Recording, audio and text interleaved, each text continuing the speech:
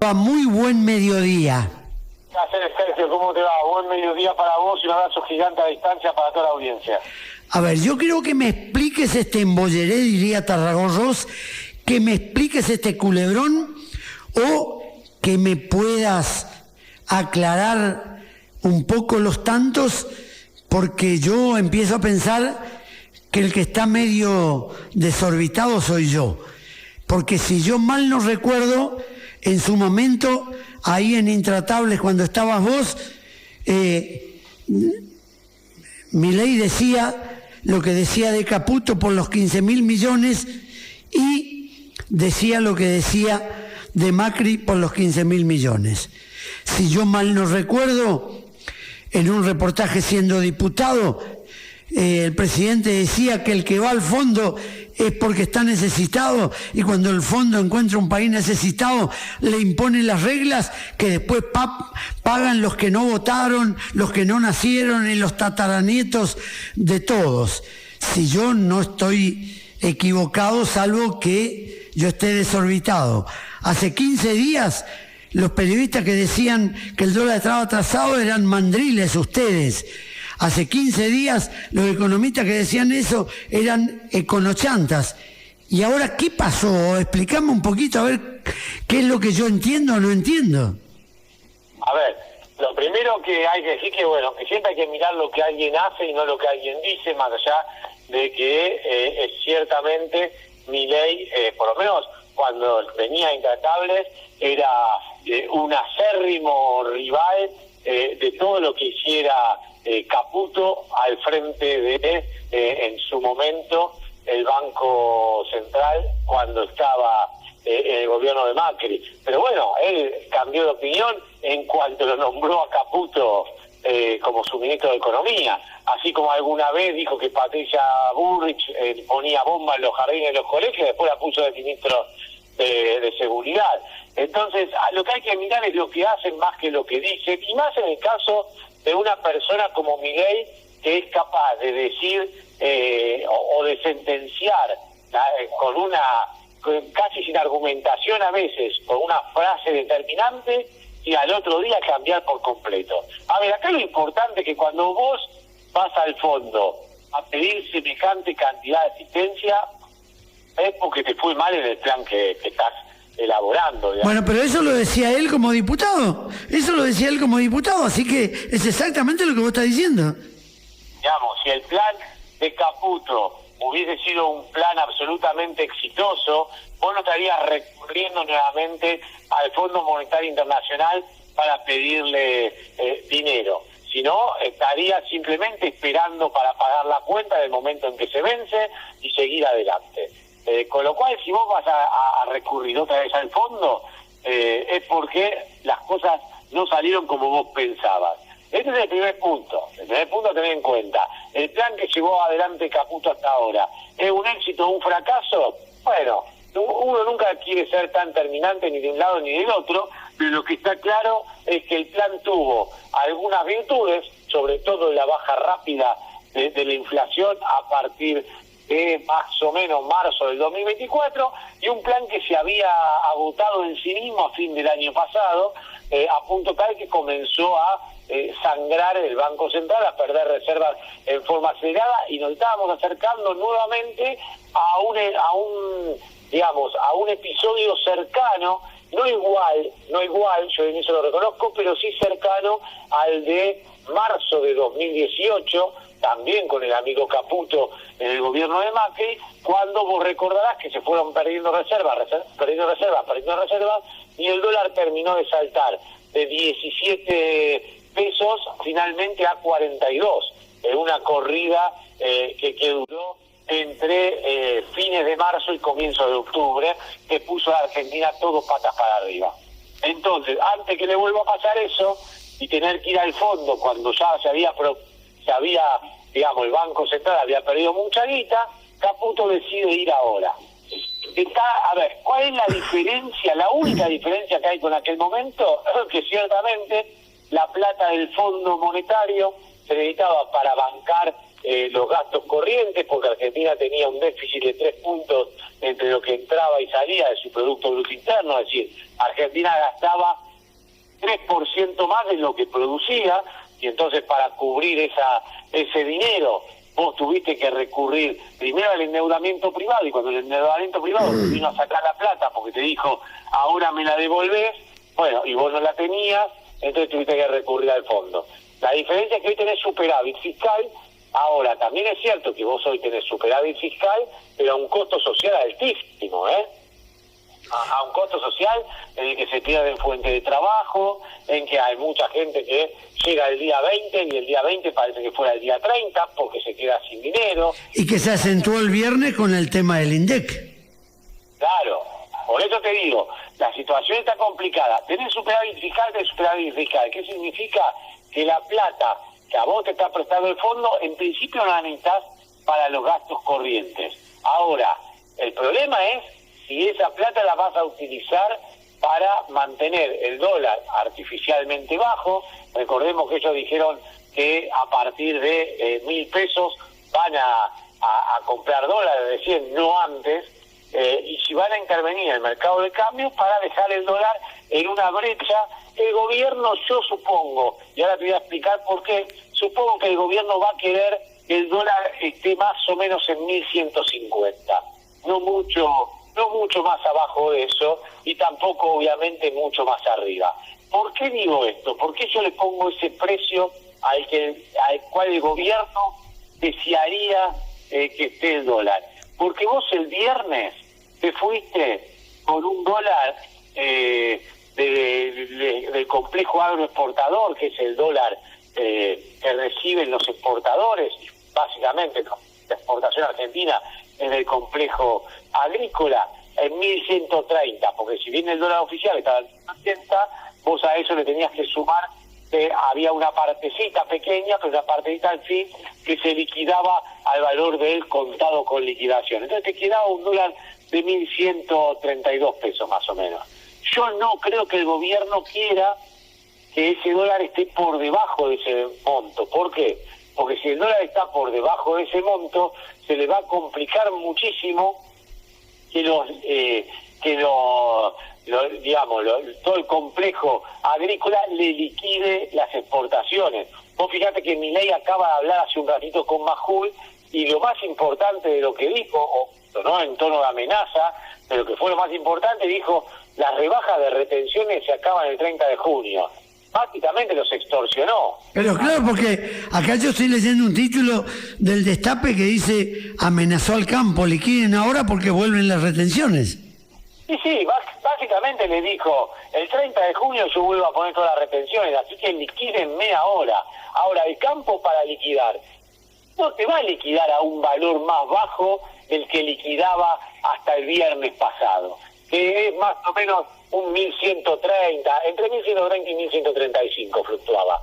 Con lo cual, yo creo que el gobierno va a querer que el dólar se establezca más o menos en 1.150. ¿Por qué 1.150 y no el casi 1.200 que está hoy? Porque en el 1.200 que está hoy, vos estás convalidando una devaluación del 8%. Y yo no creo que el gobierno sabe que, digamos, por más que ellos no hablen de devaluación, saben que en la Argentina un corrimiento del dólar se va inmediatamente a los precios. Y el gobierno no va a querer que se vaya un 8% a los precios. De hecho, todavía los formadores de precios de Argentina no tocaron las listas. Yo creo que están esperando un poquito para ver en qué lugar se va a estabilizar el dólar. A mí me da la sensación que el gobierno va a querer un dólar de un 1.150 más o menos. ¿Por qué? Porque un dólar de un 1.150 sería una devaluación de aproximadamente un 4,5%, que es más o menos lo que el gobierno estima que va a estar la inflación el próximo mes. Entonces el pase a precios no va a ser muy alto. Podrá agregarle 1,5%, 2% más a la inflación, pero no mucho más. Y además, a un precio de 1.150, el campo va a liquidar. Más con la amenaza de Milei de que le vuelve a imponer las retenciones a partir del 1 de julio. Entonces, la pregunta del millón es: a ese 1.150, ¿vamos a llegar normalmente o vamos a llegar artificialmente con el gobierno interviniendo fuerte en el mercado, por más que haya dicho que no iba a intervenir a menos que el dólar bajara por debajo de 1.000 o arriba de 1.400. Bueno, esa es la pregunta del millón. ¿Qué es lo que va a hacer el gobierno con los fondos que están llegando? De cualquier manera, a ver, la primera reacción es medianamente positiva, por si alguien esperaba, yo no, pero si alguien esperaba, pues yo había escuchado algunas cosas el fin de semana insólitas, como que el dólar se iba a ir al techo de la banda. No había la verdad es que no había ninguna razón para que el dólar se vaya al techo de la banda. Es más, si vos me preguntabas a mí, yo te iba a decir, mira, el dólar para mí va a estar más o menos entre 1.220 y 1.250 pesos. Me sorprende que esté todavía un poco más bajo, pero que vaya al techo de la banda no tenía ningún fundamento. Todo lo que decían se devaluó 30% de la moneda, no tenía ningún fundamento porque era obvio que el dólar no se iba a ir a 1.400. Lo que teníamos que ver era en qué lugar iba a correr el dólar. Estamos recién hablando de a 3 horas de que abrió el mercado en el primer día. Yo creo que hay que ser prudente y esperar un poco. Esta es una semana corta. Recordá que tenés jueves y viernes feriado, con lo cual se va a trabajar solamente lunes, martes y miércoles. Habrá que ver cuánto están pagando, un tema muy importante, que hay que ver a cuánto está pagando de las importaciones el gobierno, porque las importaciones pasadas el gobierno se dijo que no las va a pagar, que va a sacar un nuevo bono. Pero cuánto van a pagar de las importaciones futuras, porque eso sí que puede llevar el dólar un poco para arriba. Yo creo que hay que esperar un poco, pero me da la sensación, ¿sabes? Que si el gobierno consigue establecer que el dólar se mantenga más o menos en 1.150, es una jugada que al gobierno le da mucho aire, y mucho aire mínimo de acá hasta las elecciones. Bueno, ¿y cómo queda?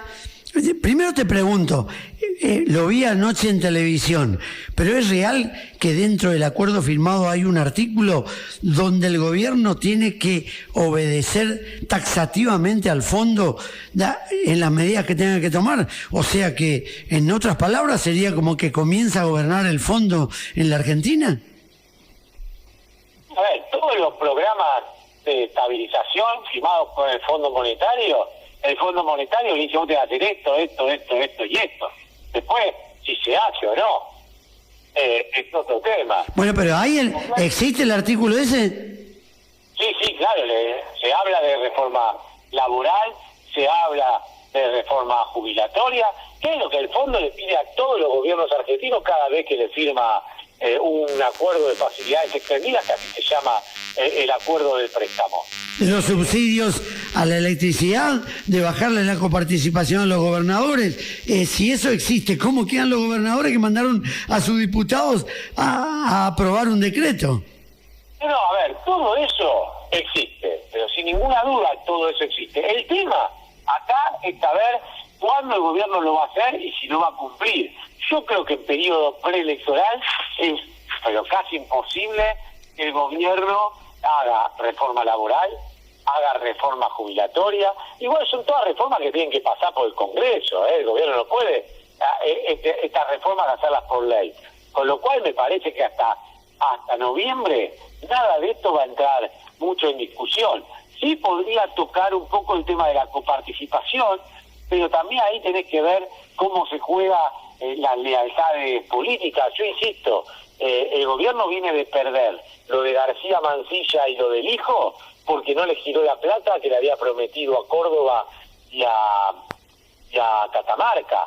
Entonces, ¿cuánto margen tiene el gobierno para jugar con dinero cuando es minoría absoluta en el Senado y es una minoría importante en Cámara de Diputados? No, y perdió también la de la comisión investigadora, producto de lo mismo en la Cámara de Diputados, y el tema de tratar de volver la moratoria previsional. Por eso te digo, no sé cuánto tiene de juego el gobierno. Sí, es obvio que al gobierno le entra más plata para comprar voluntades. Eso es obvio. La pauta de que van a ir hacia coaliciones, la Libertad Avanza, supongo yo, en la gran mayoría de las provincias. Veremos si esto finalmente se verifica. Y del otro lado, fue muy llamativo lo de Cristina Fernández de Kirchner, porque después de amenazar, Yo creo que se dio cuenta de que los intendentes con mayor poder territorial, algunos de ellos iban a hacer frente, y entonces decidió recular, dar un paso atrás. Ahora, ese reculamiento que le dijo a sus congresales, vótenle a Kicillof el desdoblamiento de las elecciones, ¿implica solo eso o implica que en la lista va a tener el armado ella? Eso no lo sabemos, No, en principio yo creo que en este momento nadie lo sabe, pero me parece que estratégicamente era la única que podía cambiar el rumbo por tener el peso que tiene dentro del partido y dentro de su propio sector, la Cámpora, la única que podía cambiar el rumbo y que además se da cuenta justamente de esa jugada que quiere hacer el presidente en la provincia de Buenos Aires, y ante la debilidad pública que empieza a notarse, ella arría las banderas para ir atrás, acompañar. Atrás es un término que políticamente nadie quiere utilizar, pero acompañar a Kicillof, que en definitiva, desde el principio fue hombre de ella. Sí, yo creo que también es porque vio lo que pasó en Santa Fe, Y por supuesto, porque... El peronismo fue dividido en Santa Fe, y Monteverde, que yo te diría hoy, si bien muchas veces estuvo cerca de Cristina, hoy Monteverde, que ha sido siempre como una figura que todos se disputaban, yo no sé si no está más cerca de Kicillof, sacó 14 puntos, y Lewandowski, que siempre fue el candidato al que prefería la Cámpora, sacó 8, Pero por eso, está bien, el que este muchacho, ¿cómo es que me dijiste vos? ¿Y Monteverde o...? No, Monteverde. No, Lewandowski siempre lo hizo. Monteverde termina elogiando en las últimas horas a Cristina, pero es como decís vos, que es el ejemplo. La realidad siempre mata cualquier intencionalidad o cualquier relato. Sí, por eso. Yo creo que todos estuvieron viendo que los que fueron separados les fue muy mal. De hecho, vos fíjate que Puyaro saca una diferencia enorme, pero Puyaro no rompe su alianza, porque la vicegobernadora de Rosario, que apoyó la lista y que puso gente de la lista, no era UCR de Puyaro. Sí, Puyaro lo que dijo es, nosotros tenemos que seguir con nuestra alianza, que se separen los otros. Bueno, y dentro de todo esto, ¿en el gabinete puede haber algún cambio? Sí, cambio, yo no creo que haya un cambio ahora de gabinete. ¿Por qué? Porque vos ya viste el golpe de efecto el viernes con las nuevas medidas económicas.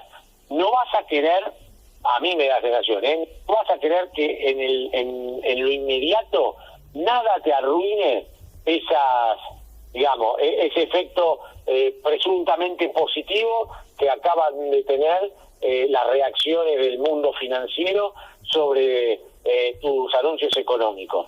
Después habrá que ver cuánto tiempo esto funciona, porque yo insisto, una cosa es aquel que hoy está festejando que puede ir a comprar dólares que antes los compraba a 1.350 la semana pasada y hoy lo compra a 1.200, ese va a estar chocho. Pero ¿cuántos son los argentinos que pueden ir a comprar dólares? No, pero además hoy averigüé, Gustavo, porque yo tengo la casa de cambio acá al lado, porque la gente preguntaba, ¿ahora se puede ir a comprar dólares de cualquier manera? La cantidad que uno quiera. Entonces, como era todo muy, muy reciente y muy desconocedor de la operatoria, y se hablaba de los $100 en los bancos y en los lugares oficiales, yo fui a preguntar. Y es medio una engaña pichanga. Para la gente que va a los bancos y a las casas de cambio a comprar en efectivo, sigue siendo $100 mensuales. Eso... Pero está bien, Sergio, no. Pero eso en un país normal tiene que ser así. Pero por eso, todo lo demás, el que quiera comprar la cantidad que sea, es a través de los sistemas bancarios, que en definitiva es parte de un control también que se tiene en ese sentido. Dicen que, te cuento una anécdota, fue un señor con una bolsita de plata hoy a la casa de cambio, a ver, a partir de ahora ya puedo comprar lo que quiero de dólares, y todavía no tenía ni la pizarra ni la instrucción. Por eso me estaba riendo yo hoy temprano. En Argentina, por el grado de informalidad que tiene Argentina, vamos a seguir hablando de un dólar oficial y de un dólar blue, porque hay mucha gente que no puede justificar sus ingresos porque trabaja en la economía informal, que obviamente no puede acceder al dólar oficial. Porque vos, para acceder al dólar oficial, tenés que tener una cuenta bancaria, estar registrado en todos los impuestos, pagar todos los impuestos, y entonces, en este caso, el ARCA, que es la vieja FIP, no puede hacer un seguimiento de, este compró, no sé, $10.000, ¿de dónde sacó la plata? Ah, bueno, entonces si lo hacen, si haces la cuenta en efectivo, el gobierno no te puede nunca hacer ese seguimiento. En cambio, por eso te obligan a hacerlo por sistema bancario, porque pueden decir, bueno, tiene estos ingresos se corresponden con esta declaración jurada, se corresponden con este pago de impuestos. Pero, a ver, hay que festejar que tratemos de ir hacia un país normal. En los países normales nadie compra en cueva, todo el mundo compra en el sistema bancario y por intermedio de los mecanismos electrónicos. O sea, los arbolitos no se van a terminar. No, y si Argentina tiene un 40% de informalidad, ¿cómo se va a terminar? Es imposible. Con lo cual vas a seguir teniendo dos precios. Un precio que es el dólar oficial y otro precio que es el dólar blue. Ahora, el gobierno, ¿qué es lo que necesita? Que ese dólar blue esté en una brecha no mayor al 10%. Si el dólar blue está en una brecha del 10%, el gobierno no le va a molestar. Si el dólar blue se te empieza a escapar, otra vez vamos a empezar a hablar del famoso atraso cambiario. Pero en principio, yo el fin de semana, la verdad, es que hay algunos colegas que hacen terrorismo con lo que dicen para la gente, que no tiene ningún sentido. Hablaban de corralito. ¿De qué corralito me estás hablando? Si vos comprás dólares por el sistema bancario, los ponés en tu cuenta, podés ir hoy y retirarlos todos. Si vos querés comprar $2 millones en el banco, los comprás oficialmente, vas al banco y le decís, dame los $2 millones que compré, y te los dan. Digamos, el corralito era que no te daban la plata. Esto no tiene nada que ver con un corralito. Acá lo único que hay es una limitación para comprar en efectivo, porque nadie sabe sino de dónde, la trazabilidad de dónde vino ese dinero. El que quiere comprar en efectivo irá a la cueva y pagará el impuesto de que el gobierno no sepa de dónde salió los pesos para comprar los dólares, como ha ocurrido siempre en la Argentina. Bueno, vamos un ratito al fútbol, diría el brasileño. Al final te pregunto, porque sé que iba perdiendo 1-0 tu equipo y después no miré más. No me preguntes, porque corto acá mismo la conversación. Entonces quiere decir que siguió igual el resultado. Bueno, lo otro, nunca arranca. No es como la batería, como esa que hacía la publicidad Fantino, esa batería. El Barta no. ¿Cuál era? La otra. Esa arranca o no arranca. No arranca nunca y cada vez arranca menos. La gente se está cansando cada vez más y ya Gallardo no sabe qué decir para justificar lo injustificable. No, es que está claro que ya va a tener que empezar a buscar otro sistema, porque el sistema que él elige de ir por afuera sin nada de juego interno y tirar centro, yo insisto, tirar centro bombeado, no el centro atrás para el volante que llega, es una forma, alguien dirá, bueno, pero así hizo el gol del empate. Sí, pero así jugó 90 minutos y le llegó 2 o 3 veces nada más. River es un equipo que no tiene juego interno, que además tiene otro problema adicional, que es que no tiene los volantes con llegada que tenía antes, entonces el lateral llega al fondo y cuando levanta la cabeza, no está De la Cruz, no está el viejo y querido Enzo Pérez, no están esos jugadores, no está Ezequiel Palacio, no están los jugadores que pisaban el área. Entonces se le complica mucho. Y después hay algo que yo de Gallardo no entiendo. Él ha decidido que no va a haber nada de juego interno. Entonces, a Colidio lo manda a arrancar como un extremo. ¿Cuándo brilló Colidio? Tanto en las inferiores de Boca, cuando se fue afuera en Tigre. Cuando jugaba detrás del 9 por el medio. Yo nunca lo vi brillar a Colidio jugando de extremo. Nunca. Y si va de extremo, ¿para qué lo querés de extremo si vos tenés subido a Acuña bien abierto y bien para tirar los centros. ¿Por qué no hace que Colidio le deje toda la franja? En el caso de la derecha, si vos sabés que Montiel es un pistón que va, ¿para qué lo pones a Simón también por ahí? Si de última Mastantuono es el que arranca por ahí y después se engancha hacia adentro. Pero no hay juego interno. Vos fíjate que River tiene 0 juego interno. No tiene triangulaciones, no tiene paredes, no tiene nada por adentro. Entonces va todo el tiempo por afuera y es bastante más sencillo de controlar esos movimientos que un equipo que tenga varias alternativas, y River está claro que no las tiene. Y es llamativo, porque tiene jugadores para tener 1, 2, 3 planes distintos según cómo se presente el encuentro cada vez que tiene un rival enfrente. Bueno, y lo otro, Boca mejoró con respecto a su último partido de visitante y hasta su último partido de local, pero es una vergüenza cómo lo ayudan. Hay que ayudarlo de cualquier manera, porque el gol que le anulan a Belgrano, ese que supuestamente fue faul a Marchesín, que se choca con el jugador de Boca y que el mismo Marchesín se da cuenta de su error y va a buscarla prácticamente dentro del arco, es una vergüenza que le anulen.